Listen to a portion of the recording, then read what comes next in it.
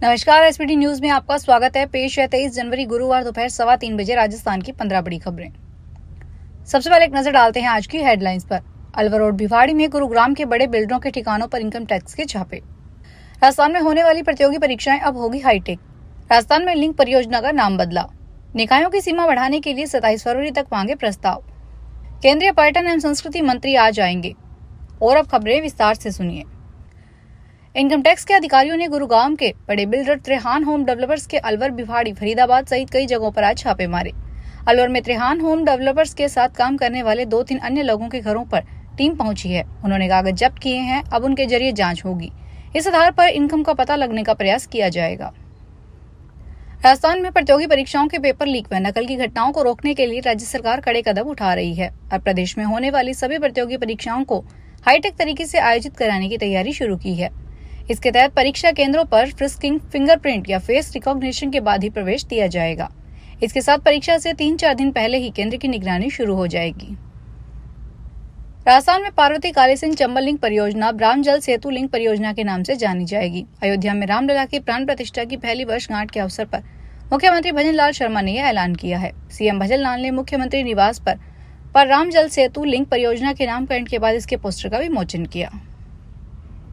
राजस्थान की भजन लाल सरकार ने एक बार फिर नगर निकायों से सीमा में बढ़ोतरी के प्रस्ताव मांगे हैं। समाज शासन विभाग ने सभी जिला कलेक्टरों से 27 फरवरी तक प्रस्ताव भेजने को कहा है। विभाग ने पहले पिछले वर्ष 27 नवंबर तक प्रस्ताव मांगे थे, लेकिन 305 में से सिर्फ 50 निकायों के ही प्रस्ताव आए।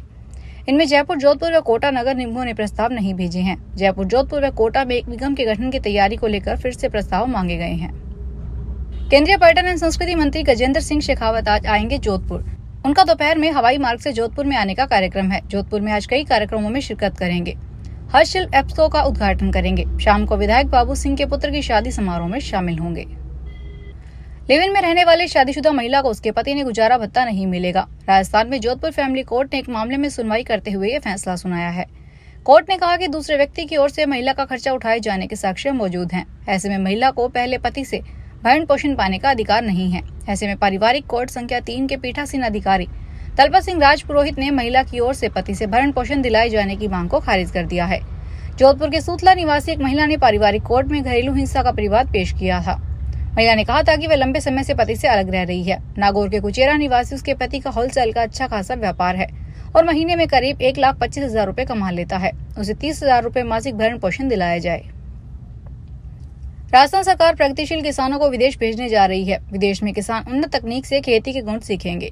खेती की अलग अलग और नई तकनीक सीखने के लिए भजन लाल सरकार इन प्रगतिशील किसानों को विदेश भेजेगी। मुख्यमंत्री भजन लाल शर्मा की अध्यक्षता में किसानों, पशुपालकों और डेयरी संघ के प्रतिनिधियों के साथ बजट पूर्व संवाद हुआ। इस बैठक में सीएम ने कहा कि खेती के लिए नई तकनीक को अपनाने से किसान को फायदा हो सकता है। इसके लिए राज्य सरकार प्रगतिशील किसानों को विदेश भेजेगी, जिससे वह उन्नत कृषि तकनीक को जाने, समझे और उपयोग कर सके। सीकर के पलसाना कस्बे में बीती देर रात को एक पीटीआई टीचर के घर में घुसकर बदमाशों द्वारा लूट व तोड़फोड़ करने का मामला सामने आया है। आरोप है कि 10 से 12 बदमाश उनके घर में गाड़ी लेकर घुसे और गाड़ी की टक्कर मारकर गेट तोड़ दिया। इसके बाद बदमाशों ने लूट की वारदात को अंजाम दिया। पुलिस के अनुसार यह वारदात पलसाना के मेहता काबास में रहने वाले पीटीआई टीचर झाबर सिंह बिजानिया के घर रात को करीब 10 बजे हुई। सीकर जिले के एक युवक को विदेश भेजने के नाम पर 93,000 रुपए की ठगी करने का मामला सामने आया है। आरोप ने युवक को दुबई भेजकर वहां स्टील कंपनी में नौकरी लगवाने का झांसा दिया। दुबई में पीड़ित के बेटे को एक कमरे में बंद कर दिया गया और उसको काम नहीं दिलवाया। वह लोग उसे खाना भी नहीं दे रहे थे। आरोपी कह रहे हैं कि अगर वह 70,000 रुपए और जहाज के टिकट के पैसे लाकर देगा तो उसे वापस इंडिया भेजा जाएगा। बाड़मेर जिले के डीएम टीना दाबी को राष्ट्रीय मतदाता दिवस के अवसर पर जयपुर में सम्मानित किया जाएगा। भारत पाकिस्तान सीमा पर बसे बाड़मेर जिले के वोटर लिस्ट के पुनरीक्षण में सामने आया है कि यहाँ का जेंडर रेशो 877 से बढ़कर 897 हो गया है। इसका सबसे बड़ा कारण आईएएस टीना डाबी की तरफ से चलाए गए मरू उड़ान अभियान को माना जा रहा है। राष्ट्रीय मतदाता दिवस के अवसर पर 25 जनवरी को जयपुर में आयोजित होने वाले राज्य स्तरीय कार्यक्रम में बाड़मेर कलेक्टर को सम्मानित किया जाएगा। कांग्रेस के राष्ट्रीय सचिव व उत्तर प्रदेश के सह प्रभारी धीरज गुर्जर ने भजन लाल सरकार पर निशाना साधा है। उन्होंने कहा कि यह पर्ची की सरकार है, सिर्फ तोती घोषणाएं हुई हैं। कांग्रेस हमेशा घोषणाओं को क्रियान्वित करती है, लेकिन भाजपा राज में आने के बाद लोगों की जेब काटने का काम करती है। उन्होंने भीलवाड़ा में मीडिया से बातचीत में कहा कि राजस्थान में वर्तमान सरकार सिर्फ घोषणाओं तक ही सीमित है और इन घोषणाओं को कोई वास्तविक प्रभाव नहीं दिखाई देता। गुर्जर ने कहा कि राजस्थान के किसान, व्यापारी, युवा और बेरोजगार लोग सरकार के वादों से थक चुके हैं। अब तक उन्हें कोई ठोस परिणाम नहीं मिले हैं।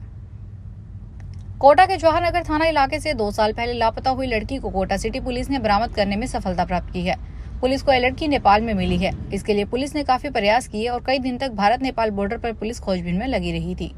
पुलिस ने बताया कि 15 वर्षीय लड़की की गुमशुदगी की रिपोर्ट जवाहरनगर थाने में उसके परिजनों ने 7 फरवरी 2023 को दर्ज करवाई थी। कोटा के कुन्हाड़ी इलाके में महाराणा प्रताप सर्कल के पास सड़क किनारे कोटा विकास प्राधिकरण ने बेशकीमती जमीन से अतिक्रमण को ध्वस्त किया था। पिछले 1 साल से 25,000 स्क्वायर फीट की लगभग 5 से 7 एकड़ जमीन को प्रतिक्रमण पर पत्थरों की दीवार पर खड़ा कर एक कमरा बनाया हुआ था और अतिक्रमी वहां रह जा रहा था। पिछले कई महीनों से कोटा विकास प्राधिकरण के द्वारा अतिक्रमण हटाने का नोटिस दिया जा रहा था। अतिक्रमी ने यहां से अपना अतिक्रमण नहीं हटाया। आज इस जमीन से अतिक्रमण साफ कराया, साथ ही इलाके में 4 से 5 जगह हो रहे अतिक्रमण को हटाया गया। मनु भाकर के मामा व नानी के एक्सीडेंट का सीसीटीवी फुटेज सामने आया है, जिसमें तेज रफ्तार कार स्कूटी को टक्कर मारती दिख रही है।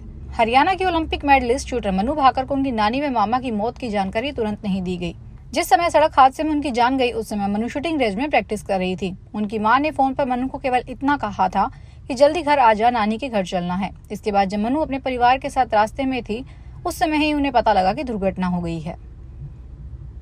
चुनाव आयोग के आंकड़ों के अनुसार भारत में मतदाताओं की संख्या अब 99 करोड़ 1 लाख हो गई है, जबकि पिछले साल लोकसभा चुनाव में यह संख्या 96 करोड़ 88 लाख थी। राष्ट्रीय मतदाता दिवस में पहले जारी एक बयान में चुनाव आयोग ने कहा कि मतदाता सूची में 18 से 29 आयु वर्ग के 21 करोड़ 7 लाख मतदाता हैं और मतदाता लिंग अनुपात में 6 अंकों की वृद्धि हुई है, जो 2024 में 948 से बढ़कर 2025 में 954 हो गया है। राष्ट्रीय मतदाता दिवस हर साल 25 जनवरी को चुनाव आयोग के स्थापना दिवस के रूप में मनाया जाता है। फिलहाल इस बुलेटिन में इतना ही, फिर हाजिर होंगे बड़ी खबरों के साथ।